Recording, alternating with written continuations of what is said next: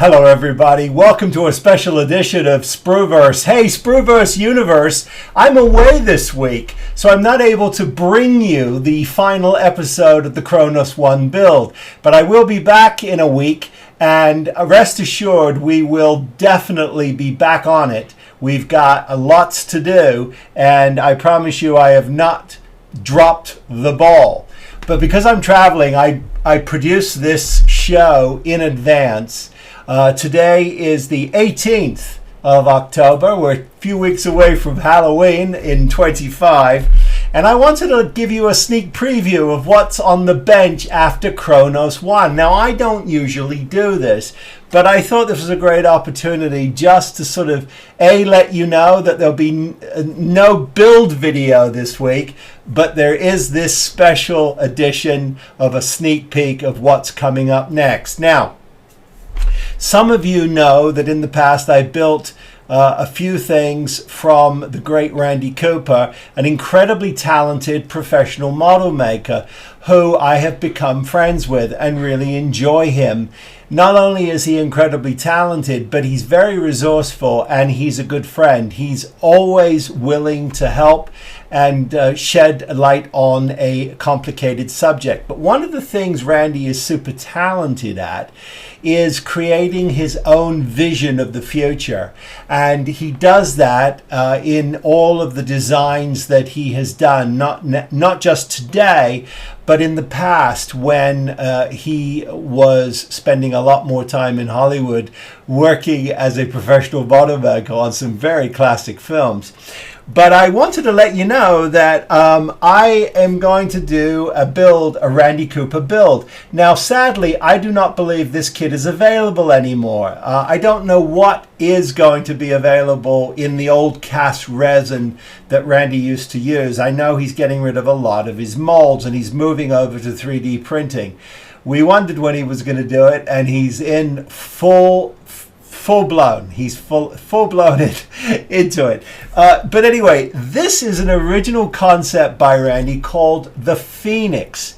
And what caught my eye about this is I love GAC. I love pipage, I love details, and I love aging and making things look weathered and used.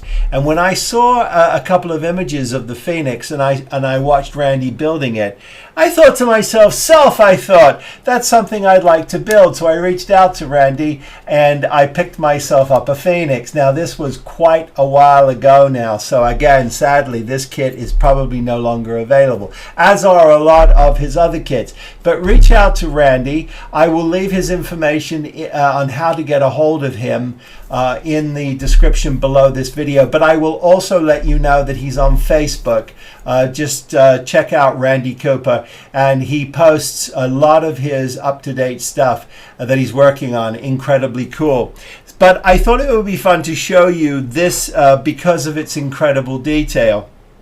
And here is a shot of the of this getting dangerously close to being finished.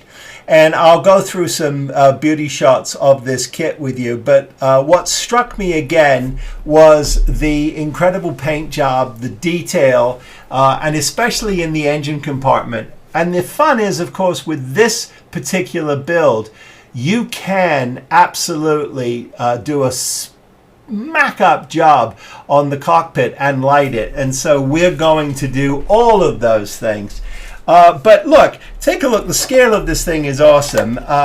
Whether or not, I think this is actually going to end up in my shop here, proudly displayed in front of me.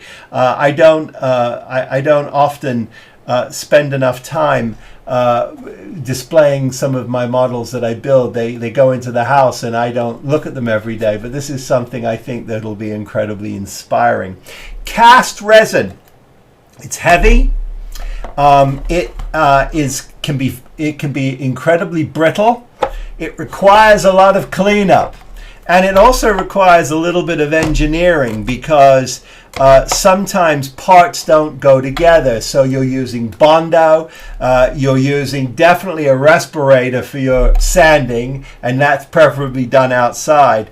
But once this is together, you get a really, really cool model. And so I wanted to show you. Now, here, take a look at some of these parts. This is the canopy. Now, I've got a lot of flash that has to be removed, but he's built in these wonderful gaskets that need to be painted out and cleaned, and we'll do those in a black.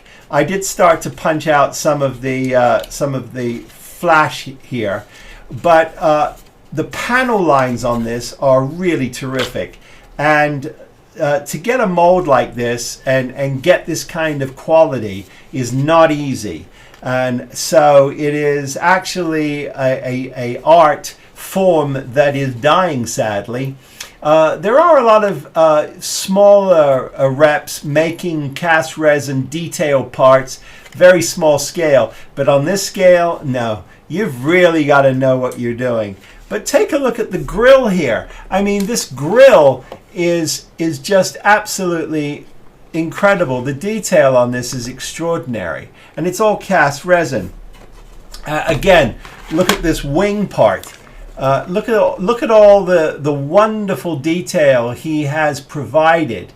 And you know, obviously, because it's cast resin, you can't make a lot of these greeblies in smaller parts. You really want to make one master and put them all together.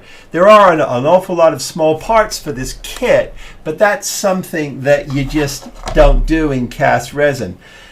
One of the things that really struck me about this was the absolute brute of an engine. Look at the detail on this. And it's just absolutely extraordinary. All these wonderful pistons and all of these incredible detail parts that you have to put together. And I think you can see the girth of this is just absolutely extraordinary. But wow, is this going to make a great model? And he's really thought this through too, in terms of its details. He's also, because he's a model maker, he knows how to build things for model makers, which means that you can get in and you can light things.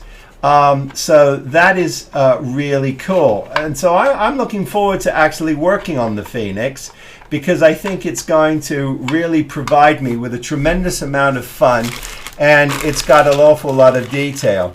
Now, one of the things I am going to do is open up one of these bags, because I did want you to see some of the extraordinary stuff. Now, he's got clear parts in here, and we'll dive into those. Not on this build, not on this show, but we'll definitely when we do the build. And again, this is coming along in a few weeks. This is the cockpit. This is the interior of the cockpit. I think this is fun to show you because when you are pulling one of these parts from your cast resin mold, you sometimes leave a little bit of the foamage, and it's, you can see where my knife is there. I'm pointing to some of the foam right there, and you can see it. And you have to go ahead and remove it. It will pop out. It's just a little bit of leftover residual from releasing it from its mold. And of course, when you do that, sometimes you don't get perfection. But this is perfection. And the reason why I say it's perfection is because every single one of these details, even down to the rivets, is the detail on this is absolutely extraordinary. And again, that's because he was a professional model maker, and still is. And so he is able to think these things through, and he's come up with some incredible detail. And I'm so excited about this build. So lots of things to look at here. I'm not going to pull all of this out, but I just want to show you again the thought that's gone into this. And this is incredible. Look at this. The screws, the incredible detail on this thruster engine, all the parts that he's added to give this life. and he's built all these different shelves where everything sits together. And you just take your time and you follow along. Now, Randy doesn't provide you with instructions, nay. But he will provide you with a tremendous amount of resources, because as he builds, he takes absolutely detailed notes in the form of pictures, and you can see every step of the way where you need to go. He will take a picture of the inventory and say, this is what you get, and then he'll start to show you how he puts his Phoenix together, and that, of course, gives you a chance to sort of follow along with those reference pictures. You've seen me build the sand crawler from Star Wars, studio scale. You've seen me build his wonderful spinner, and I've also picked up a couple of his other kits. I've got a Bison tank of his.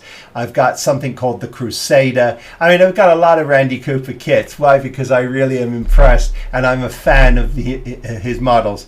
But they are a tremendous amount of work, and they take a lot of cleanup. But that's part of the fun of building a studio scale garage kit like this. So I just wanted to let you know that this is next up on the bench, and I'm really excited about it. And we'll probably be getting to this just a little after Halloween, depending on how things go. Sometimes I have to travel, and I've not been out of town for 2 consecutive weeks like this in a while. So it's going to be difficult for me. The Kronos One is because we're lighting it, it's a lot of complexity, and we're about to just dive into firing up the board.